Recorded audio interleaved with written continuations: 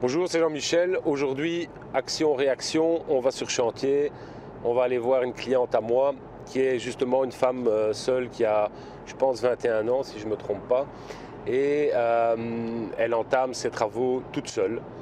On va voir ça dans cette vidéo. On est sur la route, on est samedi matin. Un entrepreneur n'arrête jamais, même le week-end. Et donc voilà, on va aller voir un petit peu donc, son chantier.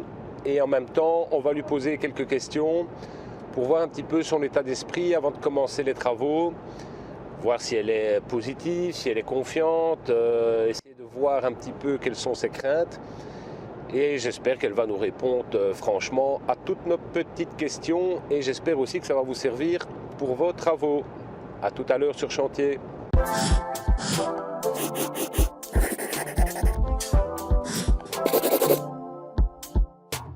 Bonjour, voilà, ici on est enfin sur chantier avec notre cliente et on va lui poser 2-3 questions. Donc, je voulais savoir pour quelles raisons vous avez décidé de vous lancer seul dans vos travaux. Alors, je me suis lancée seule dans mes travaux, étant donné que je suis célibataire. Et voilà, c'était une façon pour moi aussi de me lancer un défi aussi et de me dire que j'étais capable aussi de faire une rénovation. Donc, c'est pas uniquement pour une raison budgétaire, c'était pour une envie. Si aussi, c'était pas possible pour moi d'acheter une maison totalement finie, donc voilà. Ok, super. On va passer à la question numéro 2. Et pour quelles raisons vous avez décidé de ne pas prendre d'architecte ou en tout cas de vous faire entourer par un professionnel? Parce que pour moi, il ne me semblait pas nécessaire d'en prendre un. Je me suis dit que les travaux étaient réalisables sans prendre un architecte, sans pour autant maintenant ne pas faire appel à certains professionnels. Voilà. C'est ça. Ok, donc c'est pas uniquement pour une question de budget, c'est une question aussi de challenge et de se dire que les entrepreneurs pourraient répondre à vos demandes au niveau de la qualité du travail, c'est ça? C'est ça. Ok. Alors, question numéro 3. Quels sont les points qui vous font le plus stresser? Alors, est-ce que c'est le budget, le délai, ne pas arriver au bout, vous faire arnaquer, ou alors vous ne stressez pas du tout? Alors, je serais plutôt stressée, oui, au niveau du budget, de me dire que voilà, il y a des choses que je ne peux pas réaliser peut-être tout de suite, où il va falloir attendre pour le faire parce que manque de moyens. Le fait de se faire arnaquer, c'est vrai que ça fait peur aussi, étant donné qu'on a de plus en plus enfin, on entend de plus en plus de choses sur le fait que des entrepreneurs viennent, quittent le chantier, ne font pas le travail correctement, et donc on se retrouve avec une maison en travaux qui n'est pas finie, et avec des soucis en plus. Ok, ça c'est le cas de beaucoup de personnes, je pense, un des gros stress qu'ils ont. Alors aussi, je voulais savoir, est-ce que vos proches vous soutiennent dans cette démarche ou est-ce qu'on vous a dit non, tu es complètement cinglé de te lancer toute seule, tu ne te rends pas compte? Et si vous avez des proches, est-ce qu'il y en a qui viennent vous aider sur chantier ou plutôt les gens vous conseillent mais personne ne vient vous aider? Mes proches me conseillent, ils viennent m'aider quand ils savent m'aider. Évidemment, en période Covid, c'est un peu compliqué de faire venir tout le monde. Donc voilà, je fais au fur et à mesure et quand on sait venir m'aider, on vient m'aider. Voilà. Ok. Quels sont vos critères, sur quels critères vous vous basez pour choisir les entrepreneurs qui vont travailler chez vous? Est-ce que c'est le prix? Est-ce que c'est la qualité des devis? Est-ce que c'est le contact? Voilà, je voulais avoir votre avis là-dessus. Alors, c'est premièrement la réputation de l'entreprise. Je vais quand même essayer de me renseigner, de voir les travaux qu'il a réalisés, peut-être du bouche à oreille, de voir un petit peu ce qu'on en dit. Et pas forcément, je vais pas rechercher forcément l'entreprise la moins chère, mais pas trop chère non plus, mais qui fait un travail de qualité, voilà, qui a une bonne réputation.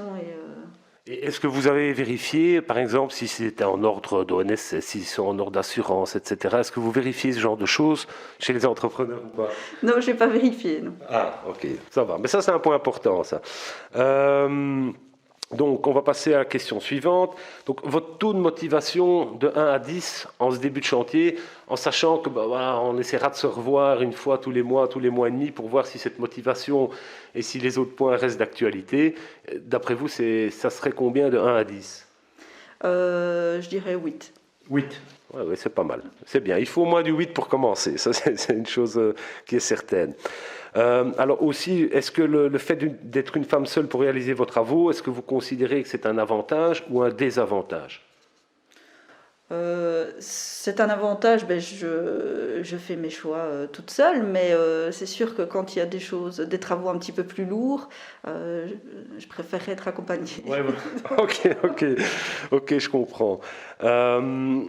Et donc, s'il existait maintenant une formation qui vous permette de gérer vraiment vos travaux sur tous les points, que ce soit d'un point de vue analyse des devis, avoir toutes les informations pour vérifier les entreprises, si elles sont en ordre, si elles ont les accès, vous, entre guillemets, en fait un plan de route pour vos travaux, est-ce que ce serait quelque chose qui serait intéressant ou pas pour vous ? Oui, ça serait hyper intéressant de savoir à quoi se tenir, la ligne de conduite à avoir et savoir par quoi commencer, par quoi finir. Voilà. Eh bien, voilà, on sait ce qu'il nous reste à faire, c'est à sortir la formation au plus vite. Voilà, je vous remercie, madame. On est sur la route du retour. Je remercie déjà madame d'avoir répondu à mes questions. Elle est vraiment super sympa. Je voudrais quand même corriger aussi quelque chose, c'est-à-dire que je vous avais dit qu'elle avait 21 ans. Je me suis trompé de 10 ans, elle en a 31. Comme quoi, je vois toujours les gens plus jeunes qu'ils ne sont. D'ailleurs, même moi, j'ai du mal, j'ai toujours 20 ans de moins dans ma tête. C'était vraiment super sympa de sa part de jouer le jeu. Et on a convenu qu'on se reverrait lors des travaux pour voir un petit peu au niveau de sa motivation si elle était toujours à 8 sur 10, voir si elle allait ou non dépasser les budgets qu'elle s'était fixés au départ, voir aussi si elle a rencontré des imprévus prévisibles, des imprévus imprévisibles. Et donc on se reverra dans la prochaine vidéo sur le thème des femmes seules qui entament des travaux de construction. C'était Jean-Michel. N'oubliez pas de liker la vidéo. N'oubliez pas de vous abonner à la vidéo. Ça fait toujours plaisir. Et on se revoit bientôt dans de prochaines aventures. À bientôt.